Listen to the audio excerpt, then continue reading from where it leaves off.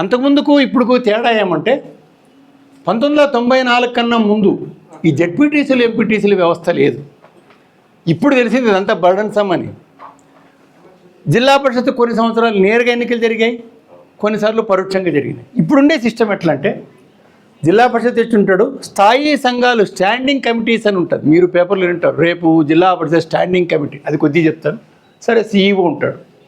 ఈ జిల్లా పరిషత్తు ఎట్లా ఎన్నికైపడుతుందంటే, ఇప్పుడు కర్నూలు జిల్లా పాత ఫిగర్లు గుర్తుండే నాకు, 54 మండలాలకి 54 జెడ్పీటీసీలు ఎన్నికవుతారు.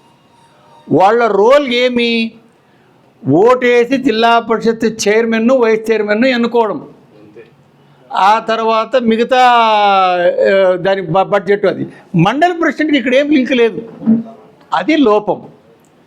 మండల ప్రెసిడెంట్కు జిల్లా పరిషత్తులో ఏమీ రోల్ లేదు. జిల్లా మహాసభ అని సంవత్సరానికి ఒకసారి జరుగుతుంది, అక్కడికి మాత్రం పిలుస్తారు. ఓటింగ్ రైట్స్ ఏం లేదు, జెడ్పీటీసీలకే ఓటింగ్ రైట్స్. ఇది సరే. స్థాయి సంఘాలంటే ఇప్పుడు 54 మండలాలు ఉన్నాయంటే 54 మంది, ప్రతి ఇన్ని ఒక్కో డిపార్ట్మెంట్ ఇంతలా బుక్ ఇస్తారు స్టడీ చేయమని. ఎవరు చదువుతారు అంత స్థాయి?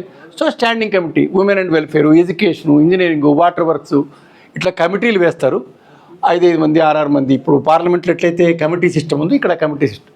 వాళ్ళు రికమెండ్ చేసినారంటే జిల్లా పరిషత్ ఆమోదింపజేస్తుంది. సరే, నెక్స్ట్ మనకు ఈ జెడ్పీటీసీలు, జిల్లా పరిషత్ టెరిటోరియల్ కాన్స్టిట్యూన్సీ మెంబరు, ఎన్నికైన ఎమ్మెల్యేలు వస్తారు, లోక్సభ రాజ్యసభలు కూడా వస్తారు. కోఆప్టెడ్ సభ్యులు ఉంటారు. కోఆప్టెడ్ అంటే ఓటేం లేదు, వీళ్ళందరూ కలిసి ఇంకోరిని. ఇప్పుడు కర్నూలు జిల్లాలో ఒక ప్రాబ్లం ఏమంటే కన్నడ మైనారిటీ స్పీకింగ్, కన్నడ ప్రాంతం నుండి ఎవరు లేరని ఎవరైనా ఎంచుకోవచ్చు. లేదా ముస్లిమ్స్ ఎవరు ఒక్కరు కూడా ఎన్ని కావాలంటే ఎవరినైనా కోఆప్ట్ చేసుకోవచ్చు, ఒక ఇద్దరిని. అట్లా కోఆప్టెడ్ సభ్యులు కూడా ఉంటారు. నెక్స్ట్ ఉపాధ్యక్షుడిని కూడా ఎన్నుకుంటారు, చైర్మన్ మాదిరిగానే. సరే, ఈ chairman political head, CEO bureaucratic head. ఇప్పుడు అక్కడ మనకు ముఖ్యమంత్రి పొలిటికల్ హెడ్, క్యాబినెట్ ఎట్లో, చీఫ్ సెక్రటరీ ఎట్లా బ్యూరోక్రాట్స్కి అంత హెడ్, అట్లా. అజెండా, తేదీలో నిర్ణయము, అధ్యక్షత వహించడము, పాలనపై నియంత్రణ, ప్రతి రికార్డు వెరిఫై చేయొచ్చు చైర్మన్. ప్రతి రికార్డు వెరిఫై చేయొచ్చు, అన్నిటికీ పవర్స్ ఉంటాయి. సరే, సమీక్ష, జిల్లా ప్రణాళికాభివృద్ధి కమిటీ అని పెడతారు. ఈ జిల్లా పరిషత్ చేపట్టే కార్యక్రమాల పర్యవేక్షణ అంతా ఈయనకి అధికారం ఉంటుంది, జిల్లా పరిషత్ అధ్యక్షునికి. స్థాయి సంఘాలు ఇవి స్టాండింగ్ కమిటీ: ప్లానింగు, ఆర్థిక స్థాయి సంఘం, సాంఘిక సంక్షేమ స్థాయి సంఘం, రోడ్లు, నీటి సరఫరా, స్త్రీ సంక్షేమం, విద్యాస్థాయి. ఈ స్కూళ్ళు మానిటరింగ్ అంతా ఈ విద్యాస్థాయి సంఘం. కాకపోతే వాళ్ళు సరిగా క్వాలిఫైడ్ కాకుండా, ఎడ్యుకేటెడ్ కాకపోతే ఇక్కడ సంతకం పెట్టామంటే సంతకం పెట్టేస్తారు, నామినల్గా వచ్చేస్తారు. ఎప్పుడైతే ఎలక్టెడ్ ఆఫీస్ బేరర్స్ ఇలిటరేట్ అయ్యి పెద్దగా పాల్గొనలేదు, చైతన్యం లేదంటే బ్యూరోక్రాట్స్ చేసే పని అంతే చేసేస్తారు. జిల్లా పరిషత్ అధికారాలు చూద్దాం. మండల పరిషత్తు కార్యక్రమాల మీద పర్యవేక్షిస్తుంది. మండల పరిషత్ ఇక్కడ రాకపోయినా గ్రాంట్స్ అంతా వీళ్ళే ఇస్తారు కాబట్టి పర్యవేక్షిస్తుంది. మండల పరిషత్ బడ్జెట్లు కూడా ఇక్కడే ఆమోదం చేస్తారు, మీ మండలానికి ఇంత అని. నిధుల పంపిణీ కూడా వీళ్ళే చేస్తారు. అందుకే 3 అంచెల విధానం అంటారు. సరే, రవాణా సౌకర్యం, త్రాగునీటి సరిపడా, సెకండరీ ఎడ్యుకేషన్ వరకు చూడండి. జిల్లా పరిషత్ జూనియర్ కాలేజ్ ఉండదు. 73వ సవరణ ఏం చేశారు? 10వ క్లాస్ వరకు, సెకండరీ ఎడ్యుకేషన్ వరకు వీళ్ళకి ఇచ్చారు అంతే. కాకపోతే ఆంధ్రప్రదేశ్లో సెకండరీ స్కూల్స్లోనే ఇంటర్మీడియట్ కూడా పెట్టారు, తర్వాత క్లాస్ 11 అని పెట్టారు. ఇప్పుడు అది గందరగోళంలో ఉంది. జూనియర్ ఎడ్యుకేషన్ అది గవర్నమెంట్ లెవెల్లోకి పోతుంది. సరే, రాష్ట్ర ప్రభుత్వం త్రాగునీటి సరఫరా కార్యక్రమ రూపం, ఇవంతా జిల్లా పరిషత్తు మొత్తము ప్లాన్ వేసి ఇస్తుంది. సిఈఓ కొన్నిసార్లు ఐఏఎస్ ఆఫీసర్ పెడతారు, కొన్నిసార్లు గ్రూప్ 1 క్యాడర్ అయిన పెడతారు, సర్వీస్ బట్టి. ఈయన రాష్ట్ర ప్రభుత్వం నియమిస్తుంది. సో గవర్నమెంట్ కంట్రోల్లో పోయాయి. లోకల్ బాడీ ఇండిపెండెంట్ అన్నప్పుడు ఈయన గవర్నమెంట్ అధికారి, గవర్నమెంట్ రూల్స్ పాటిస్తాడు. తీర్మానాలు ఏం చేసినా అమలుకై చర్యలు తీసుకుంటాడు. పరిషత్ సిబ్బందిపై ఈయనదే నియంత్రణ. వాళ్ళ మీద డిసిప్లిన్ యాక్షన్, వాళ్ళ శాలరీసు, ట్రాన్స్ఫర్సు అన్నీ ఆయనే. రికార్డులు మెయింటైన్ చేస్తాడు, తర్వాత అజెండా తయారు చేస్తాడు, అధ్యక్షునికి అన్సాయం చేస్తాడు. పొలిటికల్ హెడ్ చెప్పినట్లు ఈ నెల, కాకపోతే ఉల్టా నడుస్తుంది. సార్ మనకు గవర్నమెంట్ చెప్పింది సార్ ఈ నెల పెట్టే తిరగాలంటే ఈయన చైర్మన్ వింటాడు అంతే. జిల్లా పరిషత్ ఆస్తుల రక్షణ సీఈఓదే. ఆస్తులన్నీ ఆయన పేరుతోనే రిజిస్ట్రేషన్ అవుతాయి. సరే బడ్జెట్, ఆదాయ వ్యయాల ఆడిట్ ఇంకా మొత్తం ఆయన. రాష్ట్ర ప్రభుత్వం ఉత్తరపత్రితో ఈయనే కంటిన్యూ చైర్మన్ ఏం చెప్పినప్పటికీ ఈయనే లెటర్ కరెస్పాండెన్స్ అంతా. తర్వాత నెక్స్ట్ మండలానికి పోదాం. సేమ్ అదే జ్ఞాపకం పెట్టుకుంటే అక్కడే ఇక్కడ జరుగుతుంది. ఇక్కడ ఎంపీటీసీ సభ్యులు ఉంటారు. ఎంపీటీ సభ్యులు గ్రామానికి కోరు. ఎంపీటీసీ పాపులేషన్ బట్టి పెద్ద గ్రామాల్లో 2 ఎంపీటీసీలు ఉంటారు. ఇప్పుడు మధ్యకేర చాలా పెద్ద ఊరు, 2 ఎంపీటీసీలు ఉంటారు. పాపులేషన్ బట్టేది. వీళ్ళు మండల ప్రెసిడెంట్ని అనుకుంటారు. ఇక్కడ కూడా గ్రామ సర్పంచ్ రోల్ ఏం లేదు. ఇది ఒక పెద్ద లోపంగా ఇప్పుడు ఐడెంటిఫై చేశారు. అదే సార్ 30 ఏళ్ళు ఆయనకి తెలిసింది సార్ ఈ విషయం. 30 సంవత్సరాల తర్వాత వర్రే ఇదేమి ఇట్లుంది అని. సర్పంచ్ ఇక్కడ సభ్యుడే కాదు, మండల ప్రెసిడెంట్ జిల్లా ప్రెసిడెంట్ సభ్యుడే కాదు. అది లోపం ఇక్కడ. సార్ అది వాళ్ళంతా కలిసి ఎన్నుకుంటారు. ఈయనకు ఇదొక ఇండిపెండెంట్ బాడీ, ఇదొక ఇండిపెండెంట్ బాడీ అని ఏదో చెప్పిపోతారు. వీళ్ళ సంఖ్య ఎక్కువైపోయింది. అదే అక్కడికే వచ్చింది, లాస్ట్కి అక్కడికి వచ్చింది. అది ప్రతి ఊరికి 2 పదవులు ఇచ్చినట్లమ్మా. ఎంపీటీసీ ఒకటి, సర్పంచ్ ఒకటి. అనవసరం సార్, బర్డన్ ఇది. ఇప్పుడు తెలిసింది సార్ ఆ విషయం. ఇంక పెద్ద కథ ఇంకా. సరే ఇక్కడ కూడా కోఆప్షన్ సభ్యులు ఉంటారు. కోఆప్టెడ్ అంటే వాళ్ళే కలిసి ఎన్నుకునేది. ఇది దీని నిర్మాణం జిల్లా పరిషత్ మాదిరిగానే చైర్మన్, వైస్ చైర్మన్ అంటారు. ఇక్కడ ఆ లోకల్ ఎమ్మెల్యే వచ్చి కూడా కూర్చోవచ్చు. ఇప్పుడు ఆ తాలూకా ఎమ్మెల్యే ఉంటాడు కదా, ఆయన 4 మండలాలపై కూర్చుంటాడు. ఆయన డేట్ తీసుకొని వీళ్ళు మండలం ఫిక్స్ చేసుకుంటారు. అక్కడ వచ్చే సమస్య. ఎంపీ కూడా వస్తాడు ఇక్కడికి. 3000, 4000 జనాభాకి ఒక ఎంపీటీసీ పెట్టారు. ఇప్పుడు 10,000 జనాభా అనుకోండి, 2 ఎంపీటీసీలు అట్లా. ఒక మండలంలో 7 నుండి 23 వరకు ఎంపీటీసీ స్థానాలు ఉంటాయి. ఇక్కడ వాళ్లకు 21 సంవత్సరాలు నిలబడేదానికి. భారతదేశ పౌరుడు. సరే 1990 తర్వాత 3వ సంతానం కలిగి ఉండకూడదు. 2 సంతానం అంటే అందరికీ 2 పిల్లలు ఉండరు కదా. ఇప్పుడు పాత ఆయన 3 ఉండొచ్చు, 4 ఉండొచ్చు. ఇప్పుడు మారుతుంది. ఇప్పుడు ఉండే రూల్ ఏమంటే 1995 తర్వాత 3వ సంతానం కలిగి ఉండకూడదు. 3 పిల్లలు ఉండకూడదని కాదు. 5 మంది పిల్లలు ఉన్నాయి. ఇప్పుడు ఏంటో పాత నాకు 70 ఏళ్ళు, నా పిల్లలు అంతా కలిసి 95 కన్నా ముందే పుట్టారంటే ఉండొచ్చు. ఇప్పుడు మరి ఏం మారుస్తారో తెలియదు. ఇప్పుడు పరిస్థితి ఇంకా తీసేలే. ఆమె చేయాలా? ఆ ప్రపోజల్ ఉంది మీరు చెప్పింది. ఏం సార్ మాకు ఇబ్బంది అవుతుంది. ఇది వివక్ష సార్.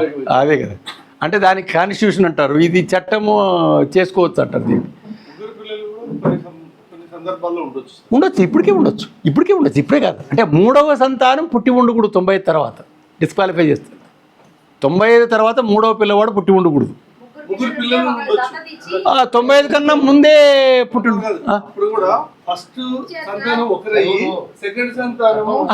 కవలలు. ఓకే. దీని కింద నాకు తెలిసి ఈ 30 ఏళ్ళలో డిస్క్వాలిఫై అయిన వాళ్ళు వీళ్ళ మీద లెక్క పెట్టుకోవచ్చు. దీంట్లో ఎమ్మెల్యేలు వస్తారు, లోక్సభ సభ్యులు వస్తారు, రాజ్యసభ సభ్యులు వస్తారు. రాజ్యసభ సభ్యుడు కూడా పిలవాల్సిందే.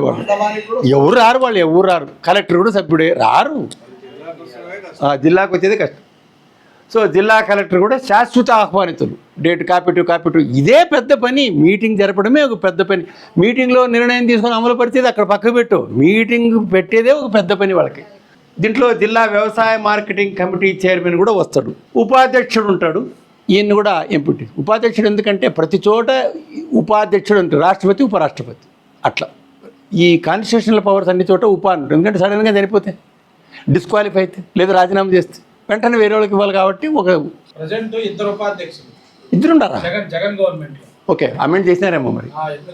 ఓకే. వీళ్ళు పరోక్ష ప్రత్యక్షం కాదు. మీకు బాగా గుర్తుంటుంది, మసాలేరన్న రాజరత్నంరావు అప్పుడు నిలబడినప్పుడు డైరెక్ట్ ఎలక్షన్ జరిగినాయి కర్నూలు జిల్లాలో. మసాలేరన్న రాజరత్నంరావు డైరెక్ట్. ఆ తర్వాత ఇంకా పరోక్ష ఎన్నికనే.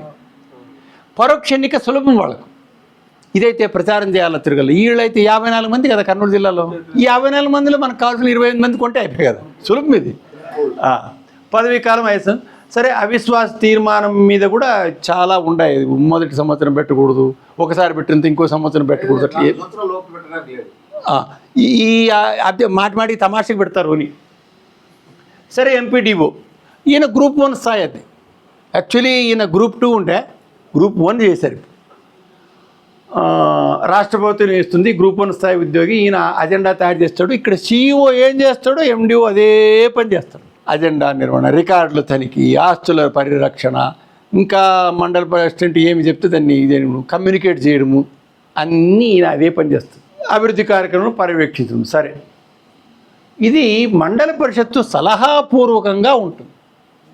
సలహా ఒకరికే, పూర్తి నిర్ణయాలే. జిల్లా పరిషత్ ఆల్రెడీ బడ్జెట్ ఆమోదింపజేసేసి ఉంటారు. ఇక్కడ ఈ మండలానికి బడ్జెట్ జిల్లా పరిషత్ ఆమోదింపజేసి ఉంటుంది. దాంట్లో మీ వ్యవహారం ఏం లేదు, దాంట్లోనే సర్దుకోవాలి.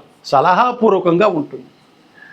సరే, ఆడిట్ నివేదిక, ఇది జిల్లా పరిషత్తుకు గ్రామ పంచాయతీకి వారధి, ఇంటర్మీడియటరీ మధ్యలో ఉంటుంది ఈ వ్యవస్థ. పైన జిల్లా పరిషత్, కింద గ్రామ పంచాయతీ, మధ్యలో ఇది ఒకటి. తర్వాత సమావేశాలకు ఇంకా ఆయన అధ్యక్షత వహిస్తాడు, ఇది రొటీన్. వీళ్ళ అధికారాలు చూద్దాం.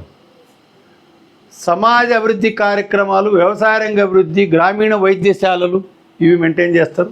ప్రాథమిక పాఠం ఇక్కడ జిల్లా పరిషత్తు 6th class to 10th class, మండలాలు 1 నుండి 6, ఇది సిస్టమ్. తర్వాత తరగతులు కొద్ది మార్చినారు. ప్రైమరీ, అందుకే మండల ఎడ్యుకేషన్ ప్రైమరీ స్కూల్ అంటారు. జిల్లా పరిషత్ ప్రైమరీ స్కూల్ ఉండదు, జిల్లా పరిషత్ సెకండరీ స్కూల్. సో సెకండరీ వరకు ఉండే విద్యను మండల పరిషత్తునికి ఎలిమెంటరీ ఎడ్యుకేషన్, ఇక్కడ హై స్కూల్ ఎడ్యుకేషన్ ఇచ్చారు. ఇప్పుడు రకరకాల మార్పు. ప్రైమరీ అంటే ఏమి, ఇప్పుడు మారిపోయింది. ఎలిమెంటరీ ఎడ్యుకేషన్ అంటే 8th క్లాస్ వరకు అంటారు. సో ఈ డిఫరెన్సెస్ నడుస్తుంది. ముఖ్యమంత్రిగా జుట్టు పిక్కుంటున్నాడు. ఇప్పుడు ఏం చేయాలని వాళ్ళకి అర్థం కాకుండా. సరే, స్త్రీ సంక్షేమం, మహిళా సంక్షేమం, సాంఘిక సంక్షేమం, ఇవన్నీ రొటీన్గా జరుగుతుంది. అంతే, రాస్తుంటారు. రికార్డు వరకు పరిమితం అవుతుంది. స్త్రీ సంక్షేమం ఒకటి, పిల్లల సంక్షేమం ఒకటి అని మనం అర్థం చేసుకుందాం. స్త్రీలు వేరే, మా పిల్లలు వేరే. ఓకే. సమాజ నూతన పథకాలు రూపొందించడం, గ్రామ పంచాయతీల బడ్జెట్ ఇక్కడ ఆమోదిస్తారు. గ్రామ పంచాయతీల బడ్జెట్ ఇక్కడ ఆమోదిస్తారు. సరే, కుటీర చిన్న తరహా పరిశ్రమలు, నిరుద్యోగ యువతకు ఉపాధి అవకాశాలు చేస్తే బాగా చేసి నిరుద్యోగ యువతకు ఉపాధి అవకాశాలు కల్పించడం అనేది ఎంత చేసినా ఉంటుంది. అది వయోజన విద్యా కేంద్రాలు, సార్వది భాష, మన ఇది సామాజిక అడవులకు పెంపకం, సామాజిక అంతరాలు నిర్మూలించడం. సరే, ఇవన్నీ ఐడియల్స్. ఇవి ఐడియల్స్ ఎన్నైనా రాయచ్చు ఇట్లవి, ఆదేశ సూత్రాల్లో రాసినట్ల. ఇప్పుడు దానికి ప్రోత్సాహం ఉందా? అడల్ట్ ఎడ్యుకేషన్ నాన్ ఫార్మల్ అని చేసిరు కొంతకాలము, దానికి డబ్బులు జీతాలు ఈకిపోయి. ఇలా ఆదాయ మార్గాలు ఒకసారి చూద్దాం. కేంద్ర రాష్ట్ర ప్రభుత్వాలు ఇచ్చే నిధులు, యాక్చువల్లీ లోకల్ బాడీస్ అంటే ఏమి, నీ రెవెన్యూ నువ్వు వసూలు చేసుకుని నువ్వు ఖర్చు పెట్టుకోవాలి. Actually 76% of the revenue grants మీదనే ఆధారపడుతుంది. ఏ ఊర్లో, ఏ మండలంలో లోకల్ రెవెన్యూ ఉండదు. ఏముంటుంది? ఆ గనులు, ఆ సినరేజ్ ఛార్జెస్ అక్కడ వచ్చేదే తప్ప ప్రజల నుండి పన్ను రూపంలో డబ్బులు వసూలు చేసి ఖర్చు పెట్టేది లేదు. గవర్నమెంట్ ఇవ్వాలి, వీళ్ళు ఖర్చు పెట్టాలి. ఇది ప్రధానమైన లోపం. తర్వాత చెప్తాను. రాష్ట్రపతి నిర్దేశించిన మేరకు జిల్లా బోర్డు అందజేసే నిధులు, జిల్లా బోర్డు ఏమన్నా అందజేస్తే అవి నిధులు. తర్వాత మీరు భూమి శిస్తులో వాటా వస్తుంది. భూమి శిస్తే లేదు, వాటా ఏముండదు, అదే వసూలు చేయడం లేదు. ప్రజల నుండి వసూలు చేసే పన్నులు అవి లేదు. యాత్రికుల నుండి వినోద పన్ను, ఎక్కడ అది ఏదో మహానంది అట్లా చోట ఏమైనా కొంత వస్తుంది, అది వాళ్ళ జీతాలకే సరిపోతుంది. లోకల్ బాడీస్కి ఉన్నింది. తర్వాత మనం కట్టే వృత్తి పన్ను కూడా వాళ్ళకి వస్తుంది. ఆ తాలూకాలు, ఆ మండలంలో కట్టే వృత్తి పన్నులో కూడా షేర్ వస్తుంది వాళ్ళకి, ఎప్పుడో వస్తుంది. దాంట్లో ఇరిగేసుకుంటారు. దీంట్లో మీకు ఇవ్వాలి కదా, మీరు కట్టేది అదే ఇరిగేసుకుని పదమంటారు లెక్క. ప్రజలు అందించే చందాలు, విరాళాలు, కాంట్రిబ్యూషన్లు. ఎవరో ఒక ఆయన మన అదే స్కూళ్ళు కట్టిస్తున్నారు కానీ మండలానికి పోయి నేను 10 లక్షలు ఇస్తాను ఈ మండలాన్ని అభివృద్ధి చేయండి అని ఎవరిస్తున్నారు? ఇక్కడ అమెరికా నుండి ఎవరిని పంపిస్తున్నారేమో. అది రేర్. అది ఊరికే ఉండాలంటే ఉండాలి అది. తర్వాత అప్పట్లో రోజ్గార్ పథకం అని ఉండేది. ఇంకా అఖిల భారత సంస్థలు ఉంటాయి కొన్ని, నెట్ క్యాప్, అవి ఇవి ఫండ్స్ ఇస్తుంటాయి. రూరల్లో పొగలేని పొయ్యిలు అందజేయండి, సోలార్ దానికి ఏదో ఇస్తుంటాయి. అవి నామినల్గా వస్తుంటాయి. రాష్ట్ర ప్రభుత్వం నుండి భూమి అది వచ్చేసింది.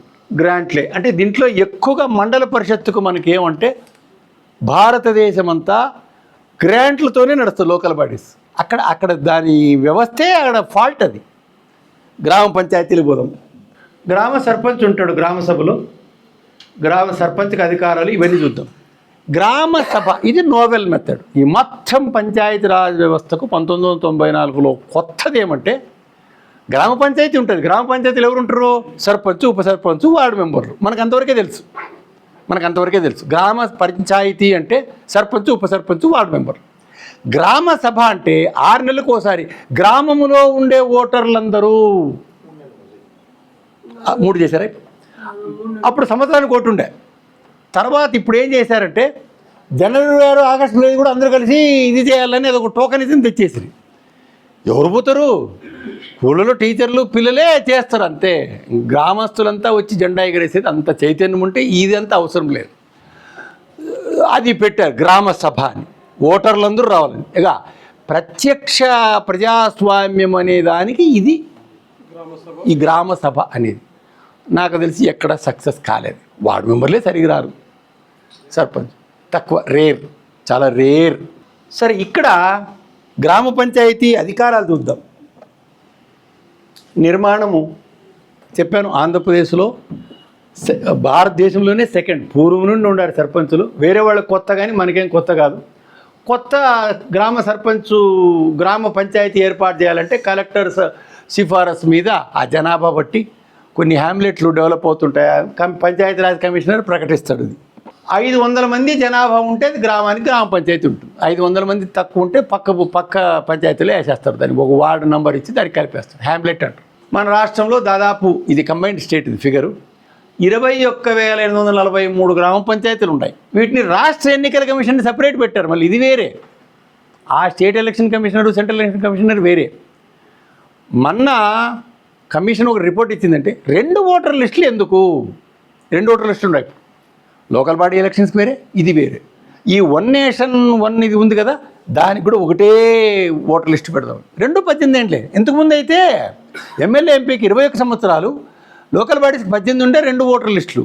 ఇప్పుడు అంతా 18 కదా, మళ్ళీ 2 ఓటర్ లిస్టులు ఎందుకు? ఒకటే పెడదాము అని. ఇప్పుడు ఏం చేస్తారంటే ఓటు వేయడానికా లేకపోతే నిలబడటానికా? ఓటు వేయడానికి 18, నిలబడడానికి 21. రాజీవ్ గాంధీ వచ్చినాక 18 అయిండేది. ఫస్ట్ స్టార్ట్ అయ్యింది 21, 18 కాదు. ఇక్కడ రాష్ట్ర ఎన్నికల కమిషను ఎన్నికలు జరుపుతుంది 5 సంవత్సరాలు. ఈ గ్రామ పంచాయతీలో మాత్రం రాజకీయ పార్టీల ప్రమేయం ఉండదు. మండల ప్రెసిడెంటు, జిల్లా పరిషత్తులో పార్టీ ప్రాతిపదికన గుర్తు మీదే ఓట్లు జరుగుతాయి. ఇది ఒక లోపం. ఎందుకంటే ఆల్రెడీ ఎమ్మెల్యే ఎంపీలకు మీరు పార్టీ గుర్తు ఇచ్చినప్పుడు లోకల్ బాడీస్ అక్కడ ఆ ప్రతినిధి అక్కడ వాళ్ళు పార్టీ అనేది ఎందుకు? ఇది ఒక విమర్శ వస్తుంది. వీళ్ళని ఆ పార్టీ గుర్తు నుండి బయటకు పెట్టండి. ఆ గ్రామంలో వాళ్ళు, ఆ మండలంలో వాళ్ళు చూసుకుంటారంటే కొద్దిగా. ఇప్పుడు ఏమవుతుంది, నేను ఒక పార్టీ, నాకు ఈయన ఇష్టమే, కానీ ఆయన వేరే పార్టీ, నాకు ఆ పోటీలో పార్టీనే కసి ఉంటుంది కాబట్టి ఈయనకేం వేస్తాను పోయినా ఆ పార్టీకి వేస్తా. సో లోకల్ బాడీ ఎన్నికలు పార్టీ అనేది తీసేయాలని ఒక రికమెండేషన్ పెట్టవచ్చు. ఇప్పటి వరకు అయితే గ్రామ సర్పంచ్ మాత్రం ఎన్నికలు పార్టీ లేదు, ఎప్పుడూ లేదు, ఇప్పుడే కాదు, ఎప్పుడూ లేదు.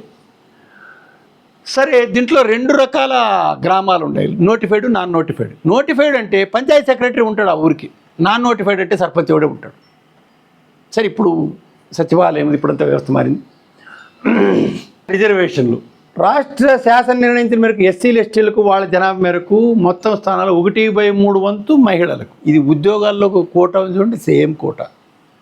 అంటే ఎస్సీలకు 16%, 5% ఇది, 27% బీసీలకు.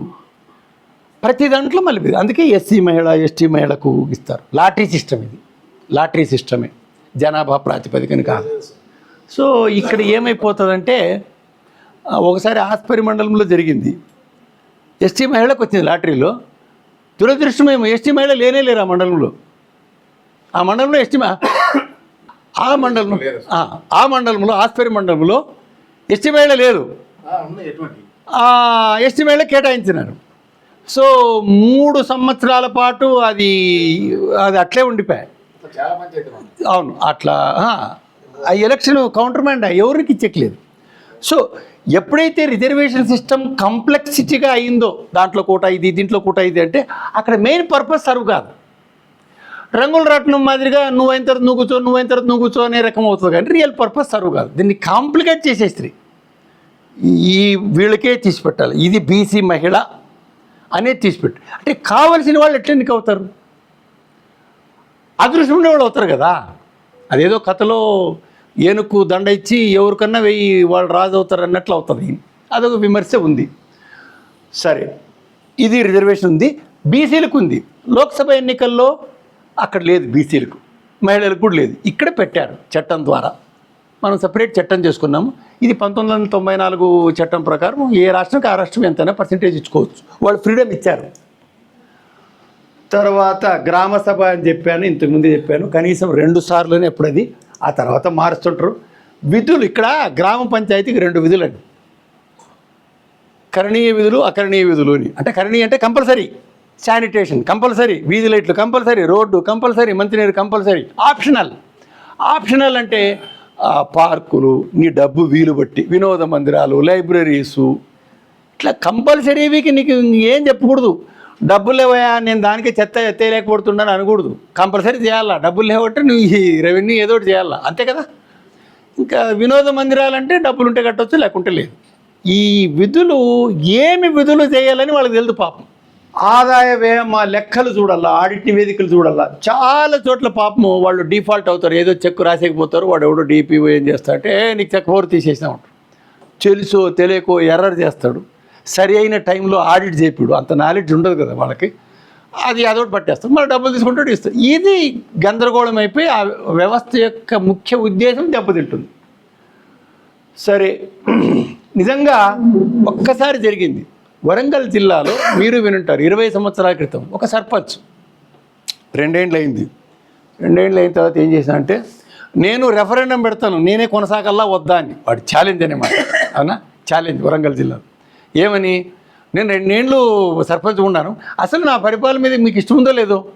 ఆ సార్ వాళ్ళని అడిగి, సార్ మీరు రేపు మా ఊరోళ్ళంతా వచ్చి పెట్టేస్తారు, మీరు అంత సెలవు అయినా కూడా రావాలని రిక్వెస్ట్ చేసుకుని ఎలక్షన్ పెట్టాడు. సరే, అఫ్కోర్స్ 92% ఓటుతో గెలిపించినాడు. అంటే దమ్ము ఉంది అనమాట, దమ్ము ఉంది, రికార్డ్ సిస్టమ్. ఇది గ్రామ సభ విధులు. సరే, రహస్య ఓటింగ్. పూర్వము చేతులు ఎత్తుతుండ్రు గ్రామాల్లోకి వచ్చి ఎలక్షన్ ఆఫీసర్, అయ్యా సర్పంచ్ ఎవరో నిలబడతారా, నిలబడండి, చేతులు ఎత్తండి రాసుకుని పోతుండ్రు. అయ్యో, ఇప్పుడైతే నేను చంపేస్తారు ఆ సర్పంచ్, ఆయన వచ్చి ఎలక్షన్ పెట్టి ఆయన చంపేస్తారు.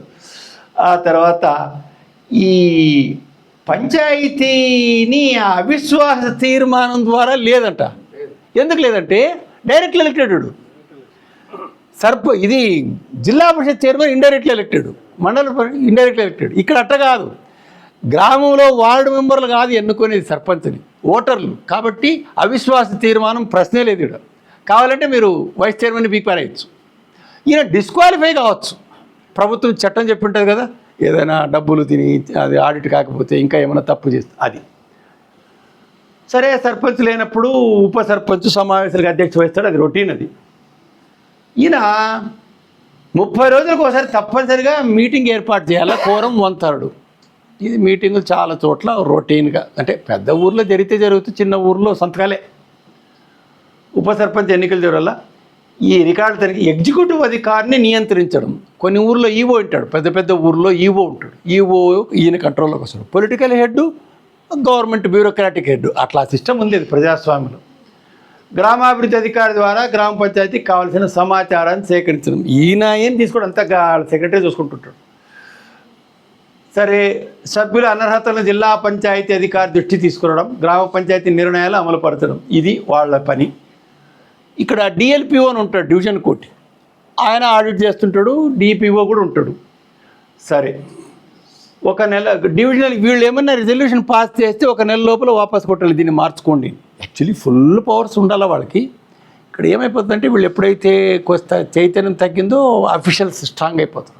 లేదండి సర్పంచ్ గారు అవన్నీ లేదు, పైనంటి వచ్చింది ఇట్లా చేయాలంటాడు అంతే. తర్వాత రోడ్లపై విద్యుత్ దీపాలు, మురుగు కాలువలు, రోడ్ల సుత్తు జరచడం, పాడబడ్డ వాళ్ళు గుంటలు ఏం చేయాలంటే అంది. శ్మశానాలు కూడా వాటిని నిర్మించాలి. దిక్కులేని శవాలను, కళేబరాలు పాతిపెట్టడం, కలరా, మలేరియా, తాగునీటి సరఫరా, జనన మరణాలు నమోదు చేయడం గ్రామ సర్పంచులకే ఉండేది అధికారం. సరే, పశుశాలను నిర్వర్తించడం. ఇవి రెండవది ఏమంటే ధర్మశాలలు, విశ్రాంతి ఆప్షనల్. ఇవి ఖాళీ స్థలాల్లో చెట్లు నాటించడం, కుటీర పరిశ్రమ, ఇవన్నీ ఆప్షనల్. ఎంత రేడియో క్లబ్బులు అవన్నీ చట్టంలో ఉంటాయి, కానీ ఇప్పుడు రేడియోలే లేవు కదా. వికలాంగులు, రోగుల నర్సరీలు మెయింటైన్ చేయడం, చేస్తూ పోతే భారతదేశ ప్రధానమంత్రికి ఉండే బాధ్యతలు ఉన్నాయి ఇక్కడ చేయాలంటే ఊరికే కూర్చుంటే కూడా ఏం కాదు. ఆర్థిక వనరులు చూద్దాం. పన్నుల ద్వారా వచ్చే ఆదాయం. ఏం పన్నులు వసూలు చేస్తారు వీళ్ళు? ఇంటి పన్నులు ఎక్కడ వసూలు చేస్తే కట్టరు గ్రామాల్లో. దానికి వీళ్ళు షార్ట్ కట్ మెథడ్ ఏం చేసుకున్నారంటే, ఒక అండర్స్టాండింగ్ గ్రామ ప్రజలకి, సర్పంచ్కి, నేను పన్నులు వసూలు చేయను, నాకు వచ్చే డబ్బులు మీరు అడగద్దండి. మా ఊరికి వస్తాయి కదా డబ్బులు, అవి మీరు అడగకూడదు. మీరు పన్ను కట్టమని నేను అడగను. యాక్చువల్లీ ఇంటి పన్నులు అన్నీ వసూలు చేసి ఆ పైన వచ్చిన డబ్బులు అన్నీ కలిపి గ్రామాభివృద్ధికి చేయాలి. ఏ ఊర్లోనూ ఇట్లా ఊర్లో తప్ప ఏ పల్లెలోనూ మన ఎన్నికై ఓటేస్తే డబ్బులు అడిగేకొస్తుంది అంటారు ఆయన్ని. దానికి ఆయన ఇదంతా కట్టినట్లు దాంట్లో చూపిస్తాడు. ఇంటి డబ్బులన్నీ కట్టినట్టు చూపిస్తాడు. అంతే, ప్రతి గ్రామంలో అంతే జరిగాయి. కొన్ని గ్రామాల్లో కొద్దిగా పెద్ద ఊర్లో ఈఓ ఉండే చోట అట్లా లేదండి సర్పంచ్ గారు, మేము లెక్క నేను పైన అధికారికి చెప్పుకోవాలని చెప్తారు. ఇది లోపం. ప్రజలు ఏమనుకుంటారు, మనం డబ్బు లేకుండానే పనులు జరగాల, మన ఇంటికి చెత్త అంతా క్లీన్ చేయాలా, నేను డబ్బులు ఇను. మేము సర్పంచ్ గెలిచినాడు కదా, ఏం చేస్తాడు, ఎంత తిరిగినాం ఎలక్షన్లో మేము ఆయన కోసం అంటారు. ఒరే నువ్వు పనులు కట్టకపోతే నీకు పనులు ఎట్లా అవుతాయి? గవర్నమెంట్ మస్తుగా ఇస్తుంది కదా అంటారు. గవర్నమెంట్ ఇచ్చేది ఇంక నువ్వు అన్ని లెక్కలు మాట్లాడినప్పుడు వాడు తినడా? అంత ఎలక్షన్లో ఖర్చు పెట్టినప్పుడు వాడు తినే కాదు అయ్యిండేది. ఇది లోపం. ఆడాడే తిరుగుతుండదు. ఆస్తుల నుంచి వచ్చే ఆదాయం. గ్రామ పంచాయతీ ఆస్తులు ఉంటాయి, ఏమన్నా బిల్డింగ్లు. కొన్ని ఊర్లో ఇప్పుడు మధ్యకేర అట్లా ఊర్లు, పెద్ద ఊర్లు, అట్లా ఊర్లో మెడికల్ షాపులు అవి ఉంటాయి కాబట్టి ఆస్తులు వస్తాయి. ఇంటి పన్ను, ఆస్తుల బదిలీ పన్ను, ప్రకటనలపై పన్ను గ్రామాల్లో దాదాపు లేదు. అది వృత్తి పన్ను. యాక్చువల్లీ ఆ వృత్తి చేసేవాడి దగ్గర పోయి పన్ను వసూలు చేయాలి. ఆ పన్ను వసూలు చేసేది లేదు గ్రామాల్లో. ఇవ్వడెవడు? దానికి ఉద్యోగస్తులుంటే గవర్నమెంట్ జీతాలు పట్టుకొని వాళ్ళు గ్రాంట్ ఇస్తుంది. జంతువుల పన్ను, దుకాణాలపై పన్ను, ఇవి వాళ్ళ ఆదాయ మార్గాలు. సరే, ఆర్థిక వనరులు అంటే ఖాళీ స్థలాలు, మార్కెట్. పూర్వం ఊర్లోకి ఏదైనా ఎద్దుల బండి వచ్చిందంటే సరుకు తీసుకుని సుంకం వేస్తుండ్రు. ఇప్పుడు లేదు, ఎవరిస్తారు నీకు? ఎన్నో ఆటోలు పోతుంటాయి, ఏ ఆటోలు పట్టుకుంటావు.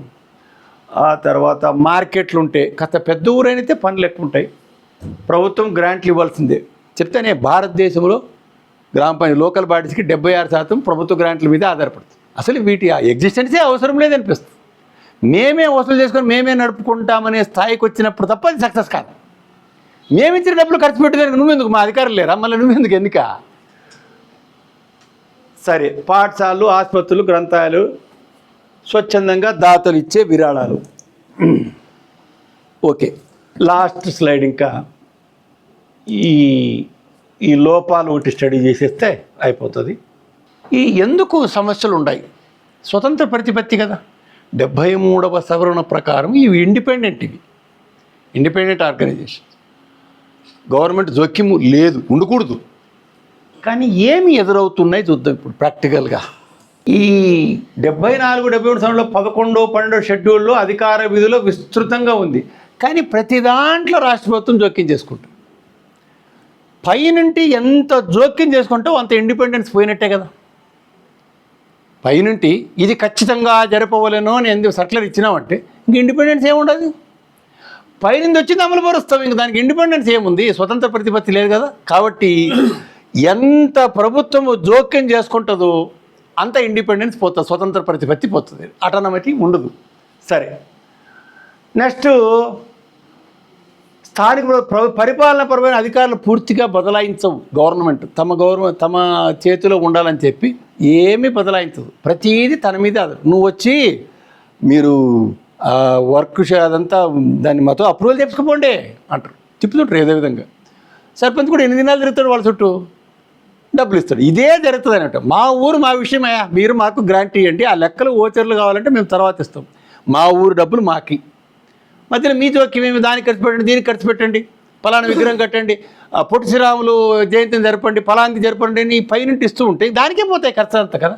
వాళ్ళ ఇష్టం, వాళ్ళు ఏమన్నా చేసుకొని అనే అటానమీ వచ్చేంత వరకు అవి ఊరికే పైనుంటి ఆర్డర్స్ వచ్చేంత వరకు అట్లే ఉంటాయి.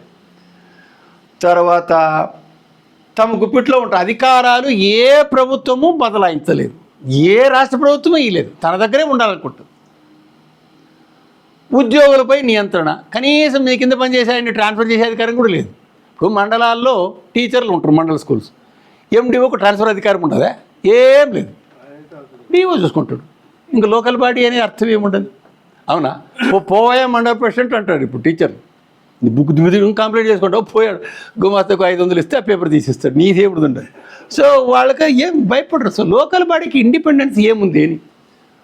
తర్వాత వాళ్ళు స్థానిక ప్రభుత్వం, ఇప్పుడు నాకు ఎవరు జీతం ఇస్తారో, నేను ఎవరు కంట్రోల్ మాట ఉంటానో వాళ్ళు వింటాను. మీ ఇంట్లో వచ్చి నా పని మనిషి పని చేస్తారంటే నీ మాట వింటాడా? నేనే జీతం ఇస్తా, నేనే ట్రాన్స్ఫర్ చేస్తా అంటే పోవాయా, నువ్వేం వాళ్ళు చెప్పినావు, నువ్వే ఉడుచుకోకూడదా, నీ ఇంట్లో కష్టపడ్డావు కదా. అది ఇక్కడ లోపం, రియల్ అటానమీ లేకపోవడం. తర్వాత ఈ స్థానిక ప్రజలకు ఈ స్థానిక ప్రభుత్వాల అధికారాల పాపం అవగాహన లేదు. ఎన్నికైన వాళ్ళకి లేదు, ఓటేసే వాళ్ళకి లేదు. అదే మన పెద్ద లోపం ఏమంటే, నేను ఓటేసిన అక్కడికి ఏదో పెద్ద హనుమంతుడు కొండల అని తీసుకుపోయి అక్కడ పెట్టినట్ల అయిపోయింది. ఓటేసిన నేను నీకే, నువ్వు అన్ని చేయాలి, నాకు పర్సనల్ పనులు కూడా చేయాలి. నువ్వు మా ఇంట్లో ఏమన్నా కొట్లాడబడినా కూడా నువ్వే పంచాయతీ తెచ్చాలి. ఓటేలేదా నేను నీకు కట్టు. ఓటు ద్వారా నీ అభిప్రాయాన్ని వ్యక్తం చేసినావు, నువ్వు అన్ని పనులు కట్టాలా. అది వాళ్ళకు కాన్సెప్ట్ ఎక్కడం లేదు గ్రామాల్లో, అది అచేతనంగా పడి ఉన్నాయి. తర్వాత విద్యావంతులంతా పట్టణాలకు వచ్చేసిరి, అక్కడ ఎవరు ఉండరు గ్రామాల్లో. అంతా బాగా చదువుకొని ఉత్సాహం ఉండే ఇలాంటి పిల్లలంతా డిఎస్సి కోచింగ్కో దానికో దీనికో అంటే ఇక్కడ వచ్చి ఉద్యోగం ఇక్కడ వచ్చేస్తుంది. గ్రామాల్లో ఎవరు ఉండరు, మళ్ళీ అదే రైతే కదా, అదే ఇదే కదా. సో అవి ఎట్లా డెవలప్ అవుతాయి అని అది ఒకటి లోపం ప్రాక్టికల్గా. తర్వాత ఇప్పటికీ కఠినమైన సాంప్రదాయక సామాజిక చట్టం ఉంది, అది మీకు తెలుసు. ఆ సిస్టంలో నుండి ఒక బీసీ ఆయన ఒక పెద్ద ఊర్లో మోతుబరి పక్కలో ఎంత ఎలక్టెడ్ బాడైనా చైర్ వేసుకుని కూర్చుంటే అది ఒప్పుకోరు. ఆయనే కూర్చోట్లే, అది వేరే విషయం. మీకు 2015లోనూ ఒక ఫోటో పేపర్లో పడి ఉంటుంది, మీరు చూసింటారు, మర్చిపోయింటారు. ఒక లోపల ఎండిఓ ఉన్నాడు, ఆయన ఎదురుగా పెద్ద మోతుబరి, పెద్ద ధనికుడు. బయట నుండి ఒక ఆయమ్మ వాచ్మెన్ అనుకుంటాను, బయట ఇట్లే చూస్తుండదు ఆమె. ఇది ఫోటో పేపర్లో పడింది. అది ఈ ఫోటో పేపర్లో, దీంట్లో వింత ఏముండదు. కాదు కాదు కాదు ఈఎమ్మ ఆ ఊరు సర్పంచు, ఆయన ఈఎమ్మని పెట్టి గెలిపించినాడు. ఆ బీసీ మేళో ఎస్సీ మేళో ఎస్టీ మేళోకి వచ్చింది గెలిపించినాడు. ఆయన ఒక కూలీ ఇవ్వాలి కదా, 200-300 కూలి ఇచ్చి డబ్బులు భోజనానికి డబ్బులు ఇస్తాడా, ఎప్పుడు పోతాడో ఎప్పుడు వస్తాడు ఆయన చూస్తుండదు ఆమె. ఈమె సర్పంచ్ పాపం మాట్లాడుతుండేది ఆయన. ఆ మండల అధికారి కూడా కనీసం సర్పంచ్ కూర్చోపెడదామనే ఇది కూడా లేదు. అంతే, హక్కు ఎవరికి జరుగుతుందో వాళ్ళకి మాట జరుగుతుంది అంతే. గ్రామంలో అదే జరిగేది. సో ఈ ఎగ్జిస్టింగ్ ఈ క్యాస్ట్ సిస్టము, ఈ సామాజిక చట్టము, అందులో మహిళలంటే కాస్త సెకండరీ మహిళను వచ్చి మహిళ పైన కూర్చోబెట్టి జెంట్స్ కింద ఇవి ఈ సిస్టమ్ ఉంది కదా. ఇది అంత తొందరగా నువ్వు ఎక్కడో చట్టం చేసి రిజర్వేషన్ ఇస్తే మారిపోతుందా అది. తర్వాత కుల వ్యవస్థ వల్ల ప్రశ్నించే తత్వం లేదు, అవగాహన లేమి, చొరవ లేకపోవడం, చాలా సమస్యలు వస్తాయి ఏదన్నా ప్రశ్న అడిగినా అంటూ.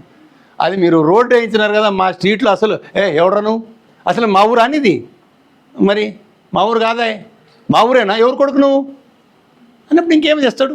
అవునా, అంత సులభం కాదు. డబ్బులున్న దగ్గర గ్రామాల్లో అట్లా క్వశ్చన్ చేసి నెగ్గుకు రావాలంటే చాలా అడ్డంకులు ఉంటాయి. తర్వాత చాలా ప్రాంతీయ పార్టీలు కుల పునాదుల మీద ఉన్నాయి. మనం ఇప్పుడు పార్టీలు మీరు ఏదన్నా చెప్పండి, దానికి బేస్ ఒక కులం ఉంటుంది, మిగతా కులాలన్నీ అటాచ్ అయి ఉంటాయి. అంతే, మారోళ్ళు మీరు ఎంత ఇంజనీరింగ్ చేసినా వాళ్ళు గ్రామాల్లో ఆ పట్టింపులు ఆ పోటీలు ఉండే ఉంటాయి. చిన్న మార్పులకు సైతం స్థానిక కుల రాజకీయాలు అడ్డం వస్తాయి. ఒక్క డోరు మార్చాలన్నా, రోడ్డులో ఒక గోడ తీసేయాలన్నా, మురికాలు మార్చాలన్నా చాలా కొట్లాట్లు. ఇది మార్కుకున్నప్పుడు ఎట్లా మీ ఊరు డెవలప్ అవుతుంది? కొద్దిగా ఓపెన్ మైండెడ్నెస్ లేదు. విద్యావంతులు ఉండరులే, వాళ్ళు చదివిన వాళ్ళే ఉండరు, చదివిన కూడా అవగాహన లేదు. ఆ గ్రామంలో పోయేగానే అదే వస్తాయి. ఓకే. ఆ తర్వాత విపరీతమైన రాజకీయ జోక్యం. ఫలానా పార్టీ వాడు ఏం చేస్తుంటే ఖచ్చితంగా అపోజ్ చేస్తాడు, డెఫినెట్గా అపోజ్ చేస్తాడు. లేదు ఇది లేదంటాడు. సరే, ఇది ఇట్లా పడదాం. ఇదే నరేంద్ర మోడీ గుజరాత్ సీఎంగా ఉన్నప్పుడు, మన్మోహన్ సింగ్ ప్రధానమంత్రి ఉన్నప్పుడు జిఎస్టీ అమలు పరిస్తే నేను మా రాష్ట్రంలో అమలు పరచను అన్నాడు. ఏముంటుంది, మా అధికారులు మీకు ఎందుకు ఇవ్వాలండి, మాది మ్యానుఫ్యాక్చరింగ్ స్టేట్, మాకు చాలా దెబ్బ పడుతుంది, మేము చేరం. అదే ఆయన ప్రధానమంత్రిని ఆయన ఇంప్లిమెంట్ చేసి కదా. నేనే అపోజిషన్లో ఉన్నప్పుడు ఒక మాట మాట్లాడతాను, రేపు రూలింగ్ వచ్చినప్పుడు ఇంకో మాట మాట్లాడతాను. ఇవి రెండు రికార్డు చూపించినా కూడా నేను కాదు పోంటా. తర్వాత స్థానిక ప్రతి చిన్న విషయాన్ని ఎన్నికలు ఓట్ల దృష్టితోనే చూస్తారు గ్రామాల్లో కూడా. ఇది మనోడప్ప వాళ్ళ కులానికి చాలా ఓట్లు ఉన్నాయి, వాడితో ఎందుకు నిష్ఠూరం చేసుకుంటాను అంటాడు. వాడు మనోడు కాదంట. సాక్షాత్ ముఖ్యమంత్రి చెప్పినాడు కదా, అధికారులు మా పార్టీ వాళ్ళు చేయండి, ఆ పార్టీ వాళ్ళు చెయ్యకండి ఆయన చెప్పేసినాడు కదా. ముఖ్యమంత్రి చెప్పినప్పుడు గ్రామంలో ఏముండదు. తర్వాత ఎన్నికల్లో ఎస్సీ ఎస్టీ మహిళలకు బీసీలకు రిజర్వేషన్ కల్పించారు. అయితే ఆయా తరగతుల వారు సద్వినియోగం చేసుకునే పరిస్థితులు గ్రామీణ స్థాయిలో లేవు. ఆ పరిస్థితులు అంత డెవలప్మెంటు, అంత అవగాహన లేదు. అంత ఎదిగినా కూడా గ్రామాల్లో ఒప్పుకోరు. స్థానికంగా పలుకుబడిని కలిగిన వారు, ఉద్యోగులు ఎన్నికైన వారిని ఉత్సవ విగ్రహాల మాదిరిగానే చూస్తారు. ఉద్యోగస్తులు కూడా వాళ్ళు ఉత్సవ విగ్రహాల మాదిరి చూస్తారు. ఏ రామాయడా ఆ సంతకం పెట్టండి, ఆ టీలు బిస్కెట్లు ఇస్తారు పాడినట్టు. వాళ్ళకి ఏం అర్థమవుతుంది పాపం. సో దీనివల్ల అది కుదేలైపోయింది. అట్లనే మళ్ళీ రిజర్వేషన్లు ఉండకూడదా అంటే ఇంకా ఇప్పుడుండే మర్యాద కూడా ఉండదు, ఇంకా వీళ్ళే ఉంటారు ఎప్పుడు, అది కూడా లోపం ఉంటుంది. తర్వాత ఉద్యోగస్తుల్లో బాధ్యతారహితం. గ్రామీణ ప్రాంతాలకు ఎవరు పోరు, పోయినప్పటి నుండి ట్రాన్స్ఫర్లు ట్రై చేస్తుంటారు. పోయి జాయిన్ అయినప్పటి నుండి ఎమ్మెల్యే దగ్గర చూస్తారు, సార్ ఆ ఊళ్ళో నీళ్ళు బాగాలేవు, అది బాగాలేదు. మళ్ళీ ఎవరు పని చేయాలా? అవునా? ట్రాన్స్ఫర్ మీద అక్కడికి ఎవరు పోరు, రిక్రూట్మెంట్లో ఆరేవడానికి ఎవరికి వస్తారు, మరి ఆ ఊరికి ఎవరు పోవాలా? దానికే నేను యూనియన్ మీటింగ్లో మాట్లాడకూడదు కానీ ఇక్కడ మాట్లాడతా. ఏమంటే గవర్నమెంట్ ఇంత చేస్తుంది కదా, ఒక్క చట్టం అయ్యా, ప్రతి ఉద్యోగి 2/3 సర్వీస్ అంటే 3/2 సర్వీస్ గ్రామాల్లో చేయాలి కంపల్సరీ. బ్యాంకుల్లో అట్లే, బ్యాంకులో మీరు చూసింటారు కంపల్సరీగా వేరే రాష్ట్రాలకు పోవాలి నువ్వు, కంపల్సరీగా వేరే రాష్ట్రం. నేను పోనంటే ఇప్పుడు పోవా, మళ్ళీ ఎప్పుడు పోతావు, 2 ఇయర్స్ తర్వాత పోతావా అని కంపల్సరీగా వేరే రాష్ట్రం పంపిస్తావు.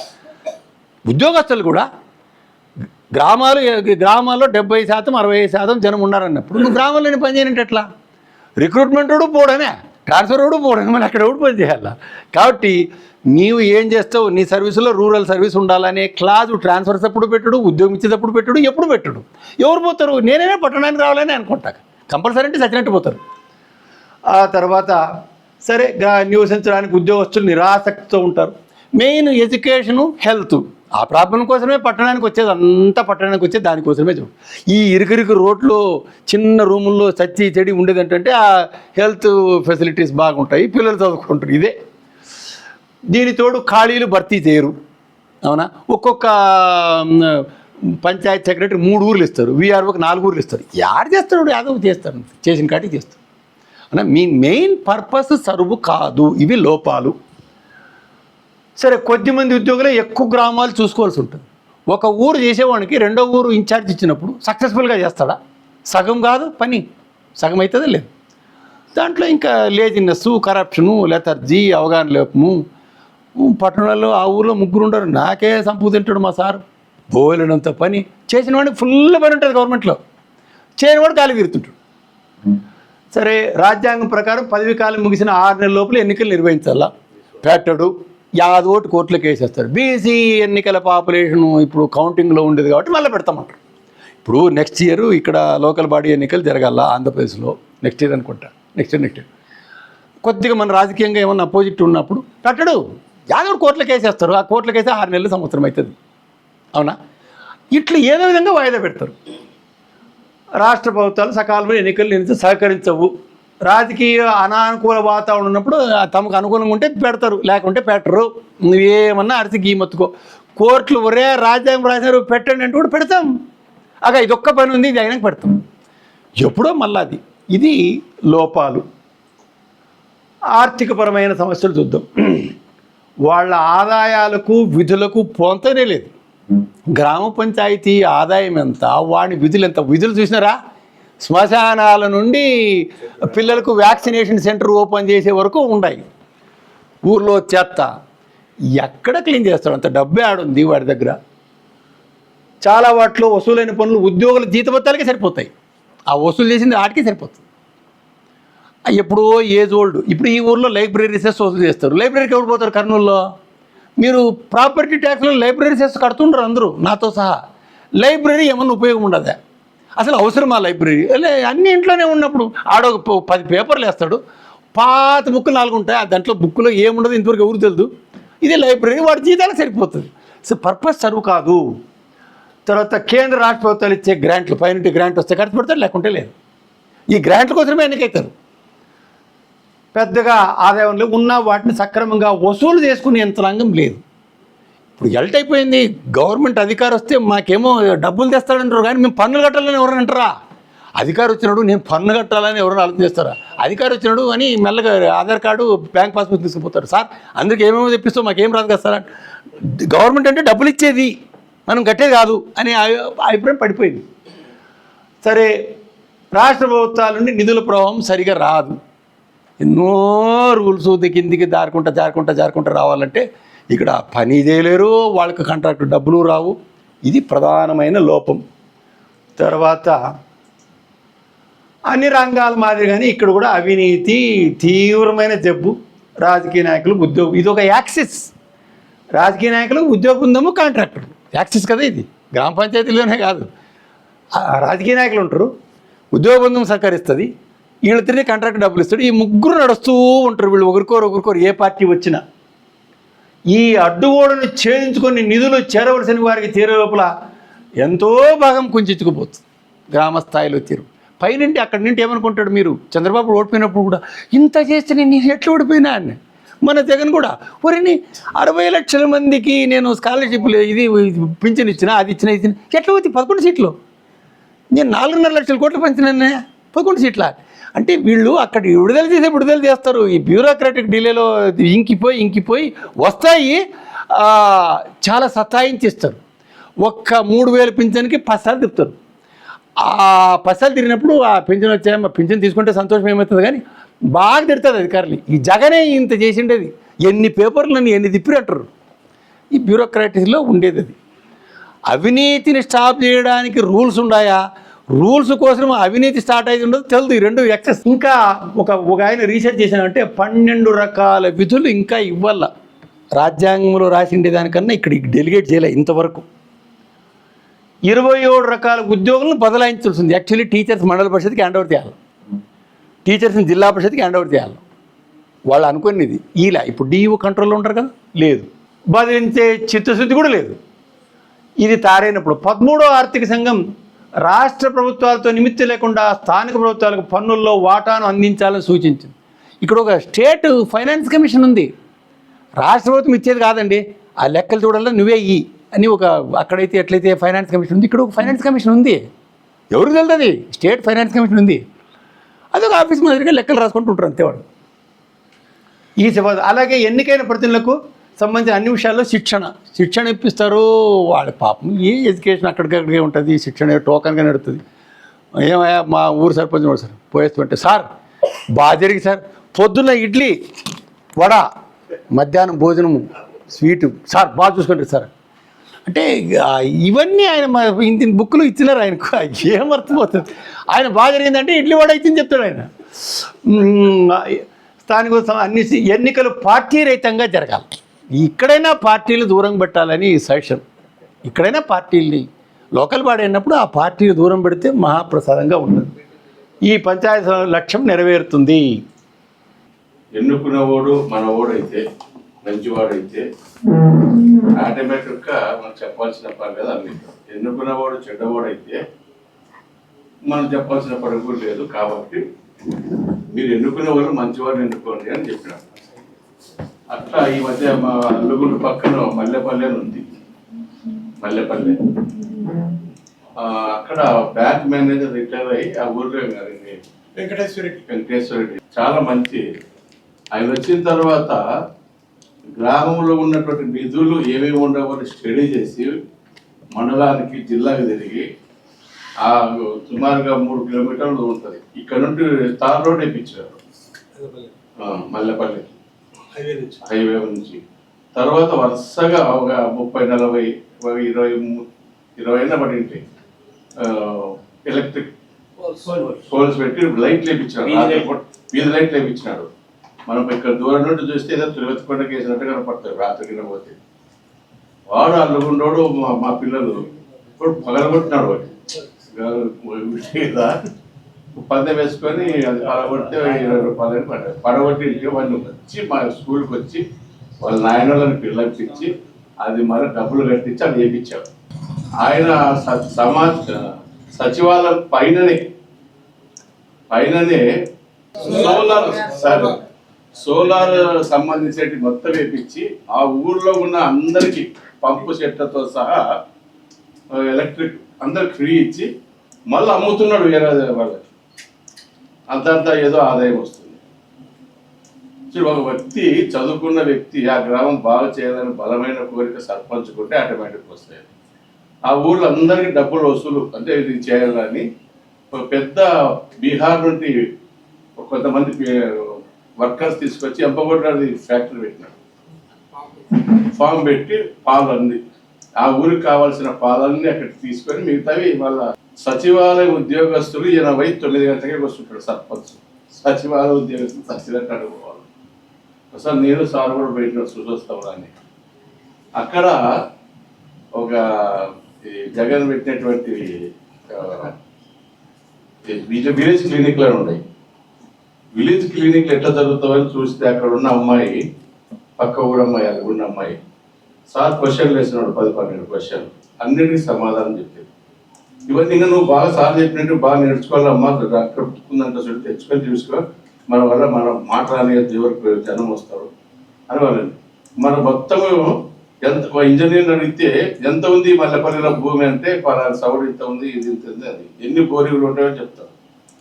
కాబట్టి ఒక చదువుకున్న వ్యక్తి సర్పంచ్ అయితే అక్కడ మీకు కావాల్సిన వస్తువుల తర్వాత ఎన్ఆర్ఐ ఉంటారు అంతా బయట దేశంలో, వాళ్ళంతా డబ్బులు కూడా చేసి ఆ ఊరికి కావాల్సిన బోరింగ్లు కుళాయిలు కూడా అన్ని వేయించారు. పైప్ లైన్ అప్పటి వరకు ఏం లేదు. అక్కడ ఒక చెరువు ఉంది, ఆ చెరువు గవర్నమెంట్ కాకుండా దున్నడం మొదలు పెట్టినాడు. అందరూ బంద్ చేయించి ఆ రైతు మీద చెరువు రైతు నీళ్ళు వస్తాయి, భూగర్భంలో నీళ్లు పడతాయి, దీన్ని వాడుకోవచ్చని చెప్పాడు.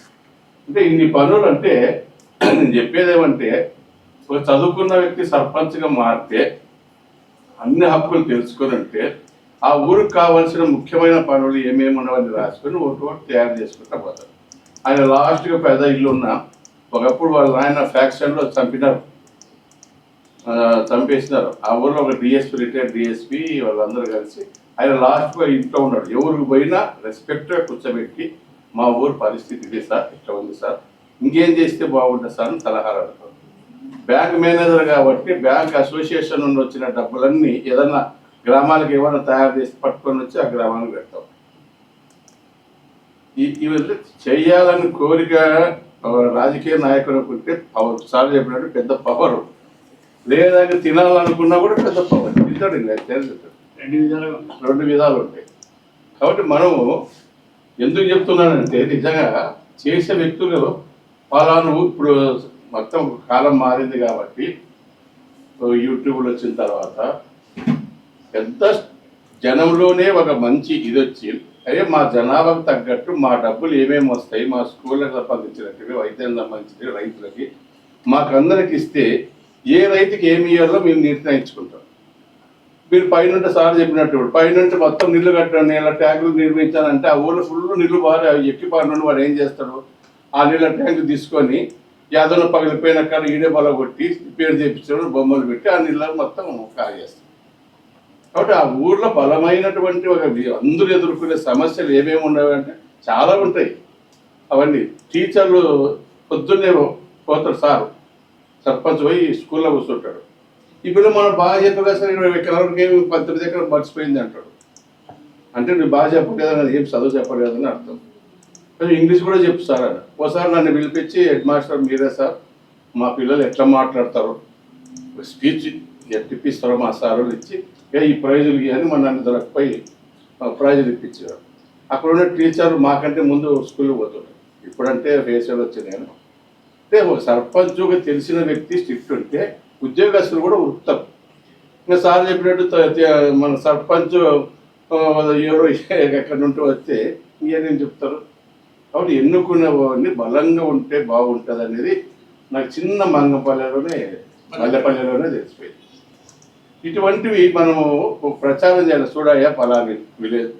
మేము జన విజ్ఞాన వేదికలో ఇట్లనే మేము అప్పుడు మేడం పనిచేస్తాం, రమాదేవి మేడం, నేను, ప్రభదాసు, రేవయ్య అని. రంగారెడ్డి జిల్లా ఫస్ట్ అన్నాడు కదా, ఫస్ట్ విలేజ్ అది ఆంధ్రప్రదేశ్ ఏర్పడినా. అక్కడ పొదుపు చేస్తున్నారు. పొదుపులో అద్భుతమైన విజయాలు సాధించిన వాళ్ళు. చిన్న రూపాయి పొదుపు తేవడం. స్కూల్లో మనం ఎందుకు పెట్టకూడదు టీచర్ల పొదుపులో అని చెప్తున్నాం. ఈరోజు 300 మంది టీచర్లతో దాదాపు 28-30 ఏళ్ళు అయింది.